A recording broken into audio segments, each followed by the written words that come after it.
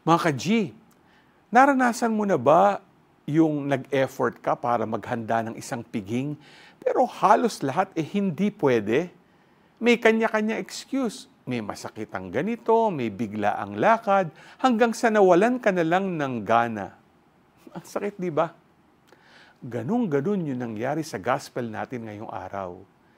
Kinuwento ni Jesus sa mga kasama niya sa table kung paanong may isang taong nagplano ng magarbong handaan pero hindi sumipot yung mga invited niya.